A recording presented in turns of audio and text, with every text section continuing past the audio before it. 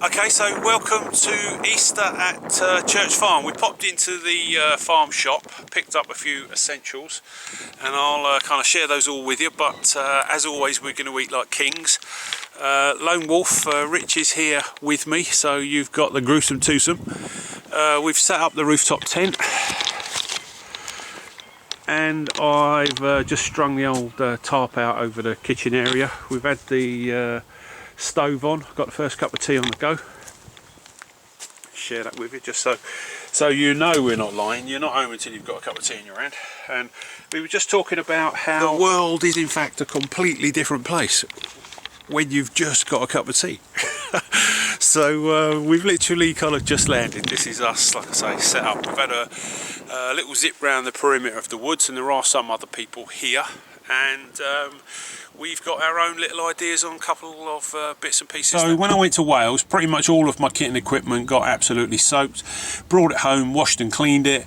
Now's the time to put it back in the appropriate bags and places that it goes, you know. So I've got a couple of bits of kit I just want to run over and share with you. Okay, so after my trip to Wales, I brought all my kit home. Like I said, that most of my kit and equipment got wet. You know, the weather was extreme. The wind on the top was kind of 40-50 miles an hour, and penetrated quite a lot of my kit and equipment. So I've taken it home, washed and cleaned it all as per the manufacturer's instructions, and now it's all clean and dry, and I'm going to be putting it back in my bags. But before I did that, I thought I'd show you exactly what I'm carrying. Now this is a sort of quilted jacket, really kind of lightweight, 100% polyester. Now the advantage of this jacket is it folds down really small, it's very light, and I tend to keep it in a little green dry bag. Goes in my 72-hour bug out bag. This is what I put on of an evening or when I get cold underneath my combat jacket, and very efficient, very warm, lightweight. Right, the downside on this product is if it gets wet, it will lose something like 80% of its heat retention. You know, so what happens is the filling starts to kind of clog together, it loses the ability to retain heat and the little sort of airbags within it. So if it was to get absolutely sodden wet, you're going to lose something like 80% of the heat retention from this product. So it's great all the time, it's lovely and dry. Okay, so this particular jacket is kind of old faithful for a lot of us kind of ex-military types. You know, basically it's over 80% wool. You know, this doesn't fold down very small. The heat retention on this is just as good, if not better. The advantage of this, of course, is that if this was absolutely soaking wet, you know, if we put this in a bath and completely submerged it, we could get it out of the bath, we could wring it out, put it on, and this would still retain 80% of body heat, you know, even if it was absolutely soaking wet. So they're the kind of two differences. They're the two coats that I always carry. For me, if I've got to carry that big bag, really it's got to be as light as possible. I know my own limitations, so this is kind of luxury, you know. This is something that I would wear around camp, vehicle based, but if I'm actually going to be tabbing with something, it's got to be lighter. Okay, so the two products then. This is the one I have in my 72-hour bag because it's light. This is the one that I use around camp because it's kind of vehicle based and it is heavy. Both are very efficient.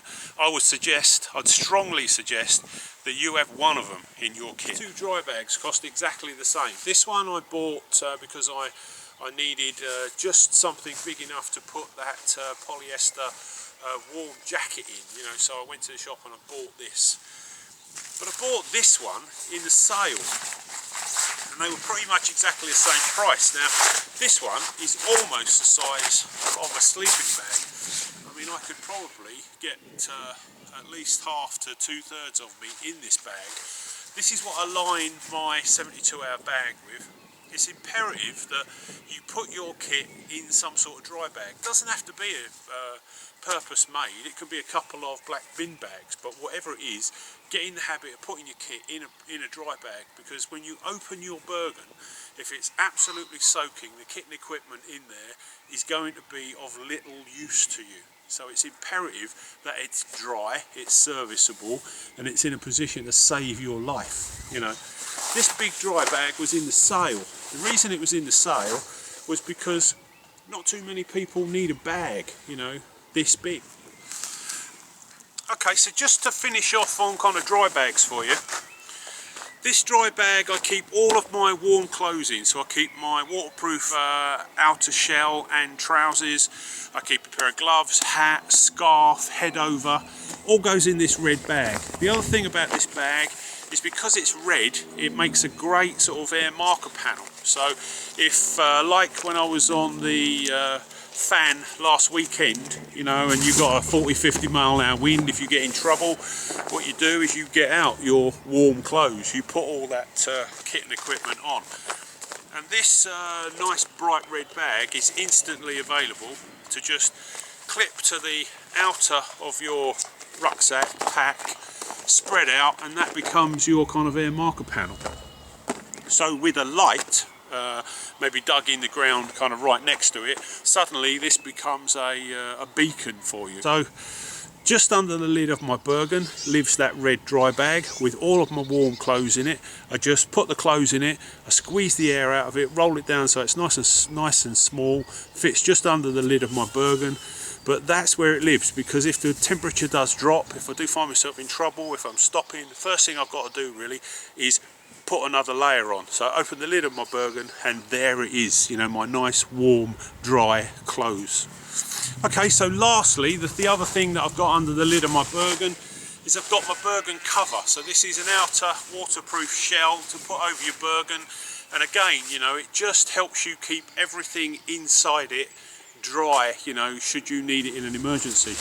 What I've done with mine is I went onto eBay, bought a piece of fluorescent orange ripstop fabric, was only less than £5 delivered, and all I did was I just sewed it on the inside of my Bergen cover. So now this is my rescue kind of air marker panel. In the lid of my Bergen I've just got this kind of emergency torch. Now very simply, it's a kind of whistle at one end, but it's also a ground spike. It's got 200 hours of illumination, and there are 2 or 3 different settings. So it's just a torch, just an LED torch.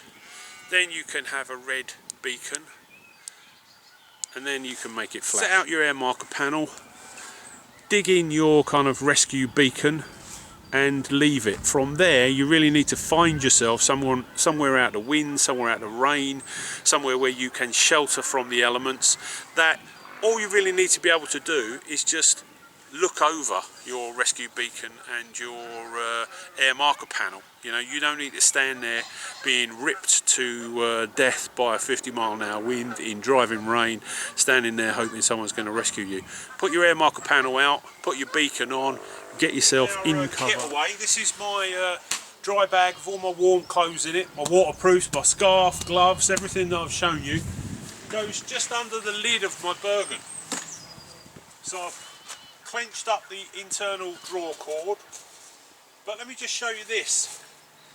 It may not be you, if something serious happens, it may not be you opening your Bergen, and it may not be beautiful clear daylight. So imagine it's the middle of the night, you've had a tumble, someone comes across you and wants to help you. So get your sleeping bag out, get you some warm clothes, do something for you because you are injured or impaired.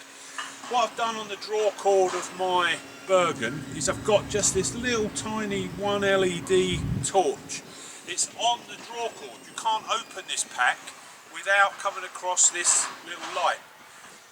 What that does, it enables somebody else, anybody else, when they open your Bergen, they're not going to know where everything is like you do, because obviously you packed it. You know, so a complete stranger, instantly they've got a torch in their hand and they can find the stuff for you in your Bergen.